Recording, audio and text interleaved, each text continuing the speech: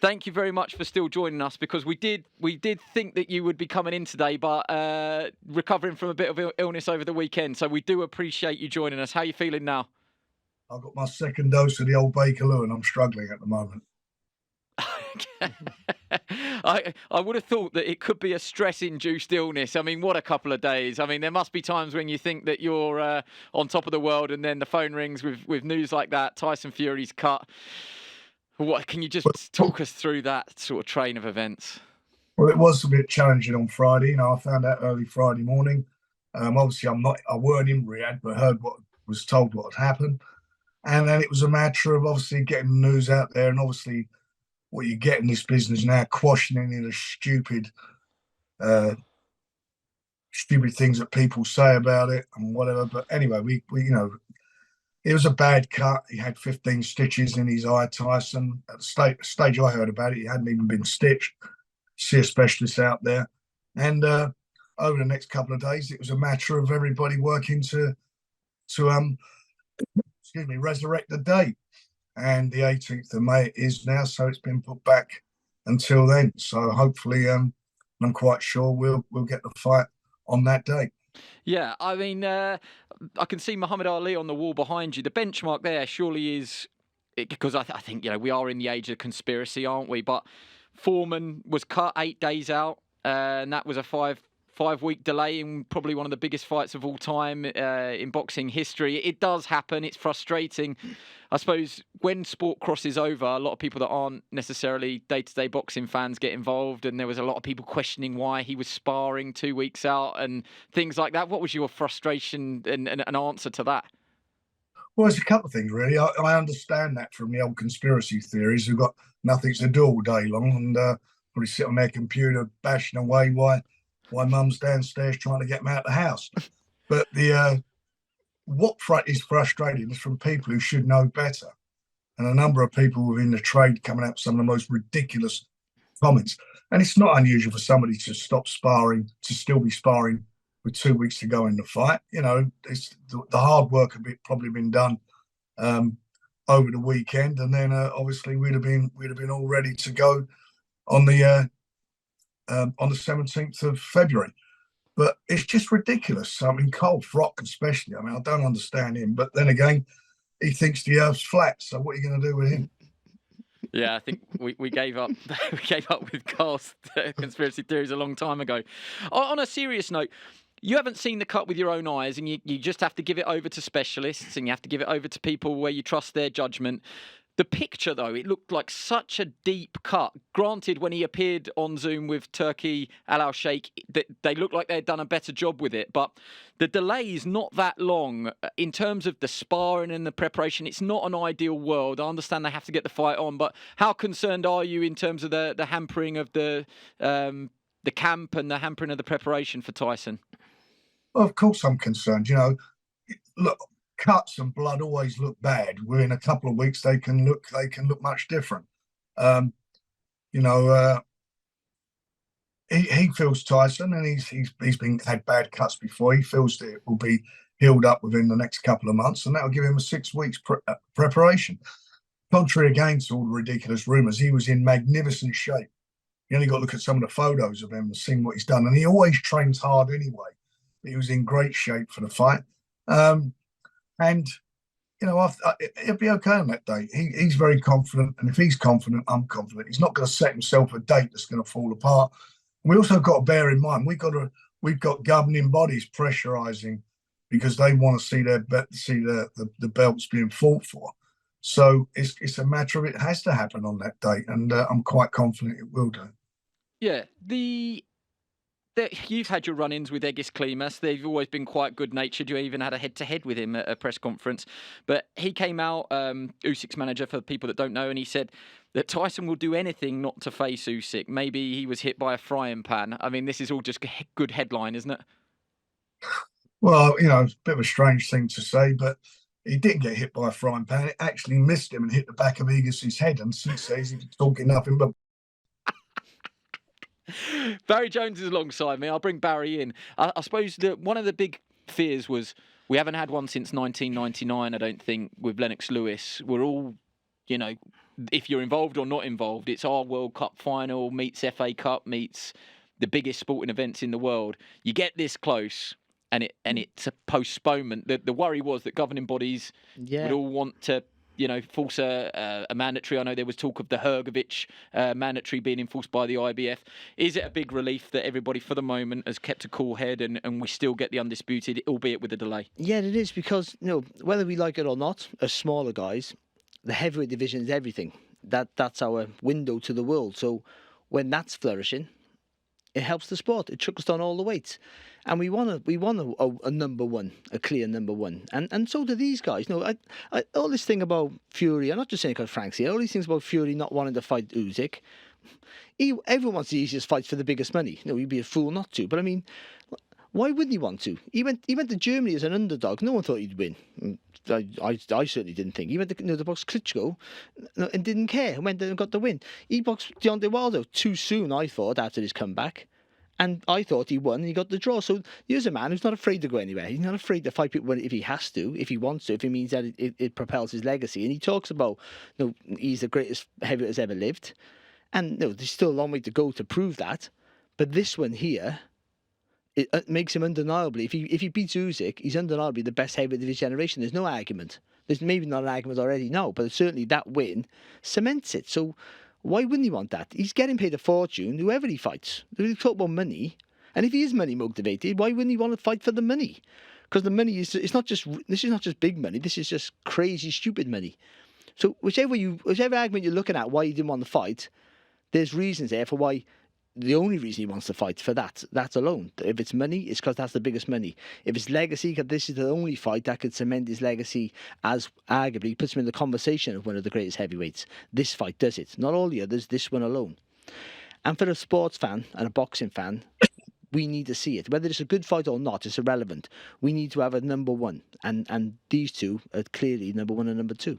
Frank, did you speak to Tyson personally on the phone? And if so, how's he coping with it? I think there's no secret that he's had his battles with mental health. And you can imagine something like this, if you've got yourself all going in the right direction and you're just days away and something like this happens. How's he taken it personally? Well, it's all fast moving what happened. It was a shock, obviously, to everybody concerned. But Tyson's a very philosophical person. And at the end of the day, he's now got another date to aim for, and that's where he's at. And I think the general mood of the camp is they can build on all the good work that they've done. It's not unusual in boxing. I mean, you obviously mentioned the fight with George Foreman. There are stacks of fights over the years that have been delayed for whatever. The Fury-Usyk fight was last weekend was a fight that was rescheduled because of an injury. It's nothing unusual. In terms of that, you mentioned the shape that Tyson's in. I don't think we'll ever really know. It's just one of those things. But he does look markedly different to how he was in the preparation for Ngannou. And despite what they say, that he had trained hard and he had a perfect training camp, is this more just a different beast that you prepare accordingly? He may well have trained how he thought he needed to train for Ngannou, but this is different. I think it's different in as much that he knows what he's getting into the ring with Usyk. He's seen him. He's been at ringside and seen him box. Stacks of footage of him from when he was a cruiserweight, when he was an amateur, all the way through. So he knows what the task is ahead of him. The Ngannou fight was just to step into the unknown territory. I mean, I thought he'd be tough for a few rounds because I knew the guy would be a competitor because he comes from a competitive sport. He's not a YouTuber. He's not a nerd sitting, on the old web and then decided he wants to be a boxer. Man, was a professional fighter, or is a professional fighter, and was at the top of his game. And he's a big puncher. Proved he's a big puncher in the fight. But what shocked certainly me was the way he actually shapes up. And it took Tyson about 5 rounds to get himself into the swing of it. And I thought he won the fight on points. But he was an off night for him as well. And that happens. I mean, that happens. I'd much rather him have that off night and win than get beat. And he came for it. And now, as I say, he knows where he's at with this one. Tyson, you look at him, he's never been carved out of marble. He's never looked like an athlete as such as maybe looking at a Joshua or a Frank Bruno. He's got inner strength. He's got great stamina, inbuilt stamina. He moves so fast for such a big man. He's got great footwork. He's got fast hands. He switch hits, and also he's got a great boxing brain. So he's got everything he needs to do what he for any job at this stage of his career. I genuinely believe that. And me personally, of course, I'm disappointed the fight didn't happen or isn't happening in next week, is because I generally thought that he would do a job on Usyk, and I still do. If he does do a job on Usyk, what will you do next? Because there has already been talk from Turki Al Sheikh and other promoters that are involved that the next fight could be Anthony Joshua, but he's got to get past Ngannou first, and we already know that the other governing bodies, mandatories are lurking. So what do you think will happen next? Well, they're contractual commitments, and they'll have to be fulfilled. And all we want to do, first of all, let's get this one out of the way. I mean, all that looking to the future, as happens in boxing, and sometimes I'm guilty of it, it's pointless. You've got to get the task in hand out of the way. And the task in hand is now on the 18th of May, and that's what we have to focus on. In the meantime, it's more interesting for all the guys, all the other heavyweights, the Anthony Joshuas, the Daniel Dubois, the Hrgoviches,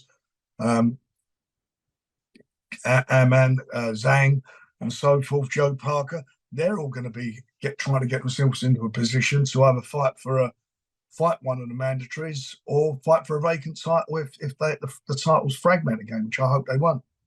I'll ask Barry this question because he can give a bit more of a sort of a fan's answer to this, but it does look like things are going to get really interesting. If Fury wins and if AJ wins, yes, there are other contractual obligations out there and other names, and certainly some of the guys that boxed on the Day of Reckoning have really got a shout now to get in with the winner of this fight. But it does feel like AJ Fury is there on the horizon. Yeah, it does, and for a long time it looked like it wasn't going to happen, or it didn't. There was no point in it happening because Fury went on. And Joshua lost his way a little bit, but he looked like he's on the right route back. He looked really good in his last performance, and I think he's built on every performance so far. And so he's not quite there yet, but he's only 1 or 2 fights away from maybe saying he's good enough to challenge the winner of Usyk and Fury. And as much as you want the belts to stay together, let's get one champion. And if all the belts disappear, if all the belts go everywhere, we know who's the number. We clearly know who's number one. There's no argument who's number one. Whoever wins the fight. And then we work around that. And I think with the Saudis now, the way they're promoting fights, is they want the best to fight the best. So then we'll have the best. And then whatever titles attached to that, whatever belts attached to that, will be almost irrelevant because we'll know who's the best. And they'll be saying, if you want to be deemed as number one, you have to fight him. And that's all we want. I think that will help our sport flourish. I think it's a healthy situation to be in. And also, we're showing if you're in exciting fights, you can come again. I think that's important. I think if you're losing but losing gallantly, then they'll put you back in the mix. So I think and the heavyweight division is now. I think you've got a clear 2, but then the chasing pack, that's more competitive than the others. I think Fury and Usyk are above everyone, but the others, I think they're still arguing for who's going to be the best. If you go on who's the best, only good as your last fight, still it's hard to pick. Is it Zhang? Is it Parker now? Can he beat Wilder? Is it Zhang? Can he beat Joe Joyce twice? Is it Joshua? Maybe not, but he had a really good win against Wilder. So he puts because of who he is and what he's done in his career, he puts himself back up there. Dubois just beat Gerald Miller, by the way, in his best performance to date. So all of us, he's in the mix now.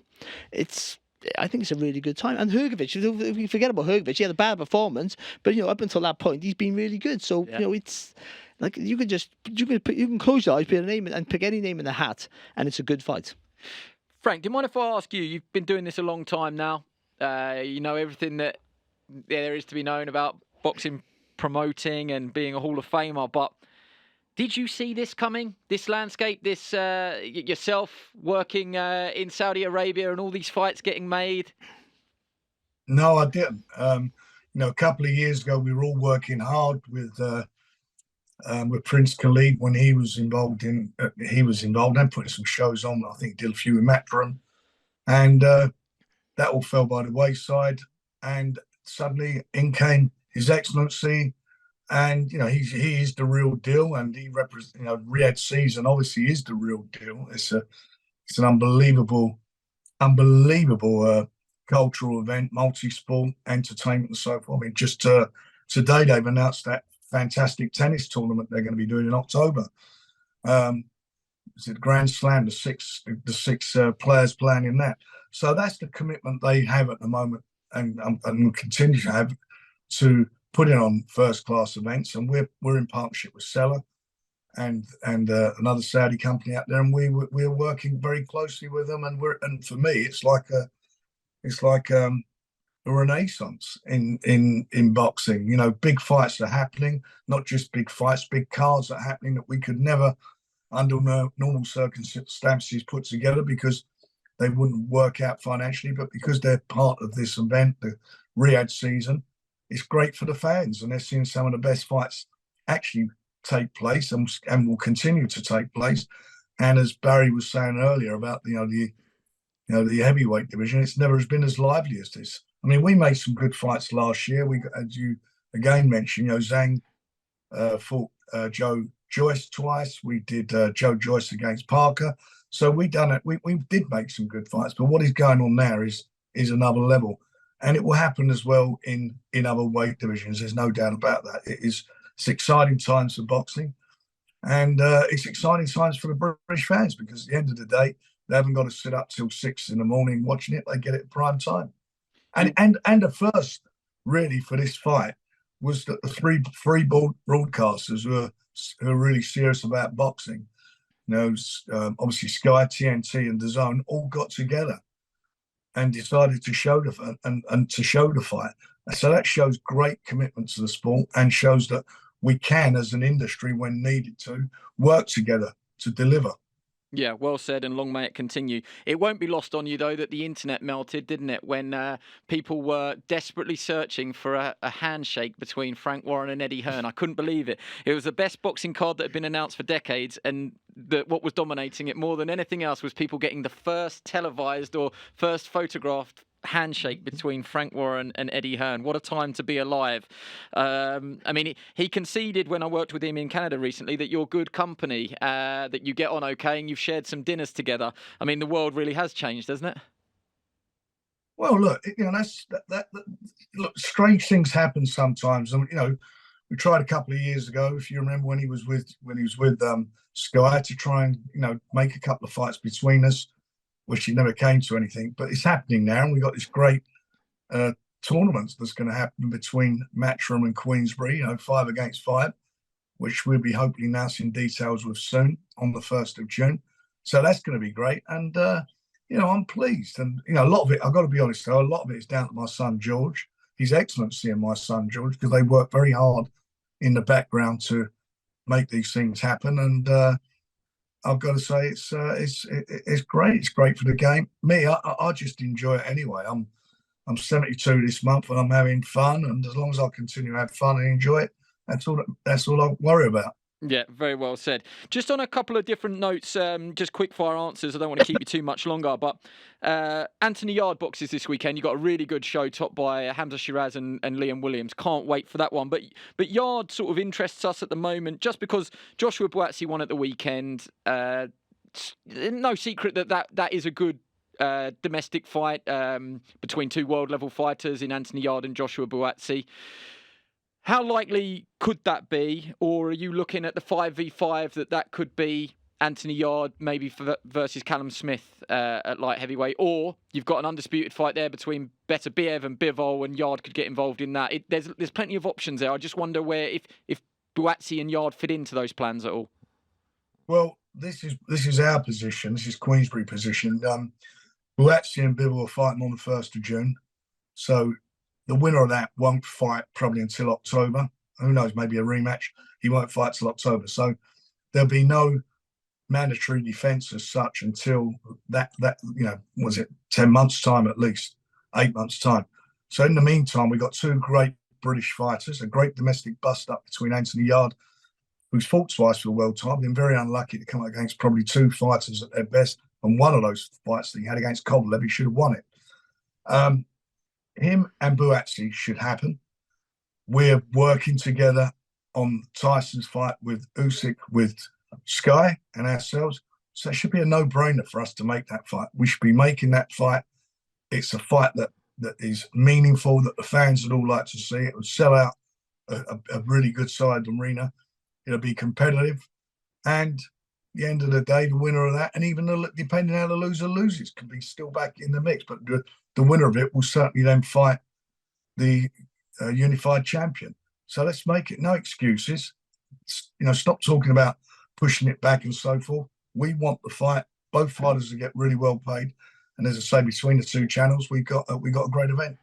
Yeah, it's not been reported yet, but I know Crystal Palace reached out with a date to Sky Sports and Boxer. It falls in the Euros, so I think they're trying to look, either side of that. But if it was Buatsi Yard or Yard Buatsi for promotional purposes, Selhurst Park and South London could be an option.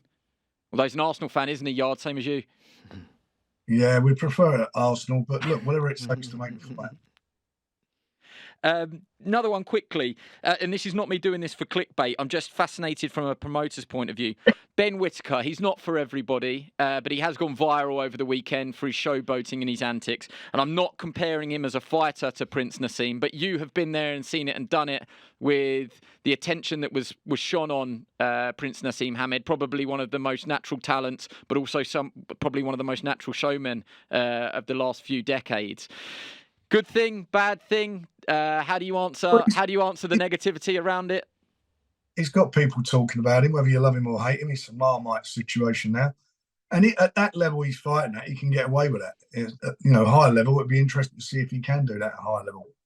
Did anybody ever say to you when Naz was coming through the early days, like, this is so disrespectful, you can't be having him do this, you can't let him get away with it?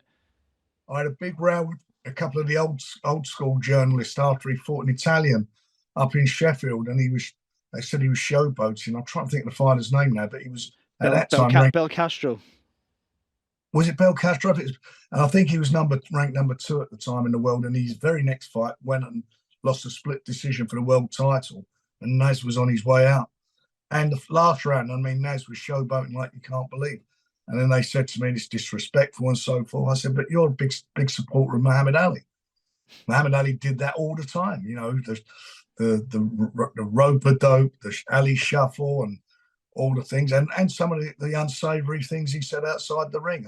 Look, boxing is entertainment at the end of the day, and you have to entertain the fans. And as I say, the one thing about that, if you're going down that road, you've got to be able to walk the walk. You've got to be able to do it, and you've got to be able to do it at your highest level. And that remains to be seen whether Ben can do that. Before I let you go, I'll just give you the final word on the rescheduled undisputed heavyweight title fight. So all roads now lead to May 18th. Do you still stand by the fact that you think Tyson Fury wins this one? Nothing's changed? Yes, I do. I believe in Tyson. I've believed in him from day one. I genuinely think that he's the best heavyweight out there. And I think there's a lot of, a lot of people keep saying about Tyson in training, whatever. I was at Usyk's last fight against Daniel Dubois. And Daniel Dubois, I'm not going to go into all the ins and outs of the game. That, for me, was a genuine punch, and he milked it. He got 4-minute break, and he has previous for complaining and moaning when he gets caught to the body. Now, he's in with a guy who is the master of taking advantage of any weakness. So as long as the referee's strong, as long as we don't get all that nonsense when he does it a lot, Usyk, he cry babies to the ref. He's had previous for it about body shots. As long as the referee is strong in that, then I'm really happy. And I think even more so, I'm even more confident of Tyson in this fight than I was prior to him fighting Daniel Dubois. Brilliant. Well, I think we've kept you long enough because I know you're just trying to get back to full fitness for the weekend. So thank you very much for joining us, Frank. Really appreciate it. Good to speak to you. And we'll see you in the Kingdom of Saudi Arabia on the week leading up to the 18th. I will see you when I'm looking at you. Yeah. See you then.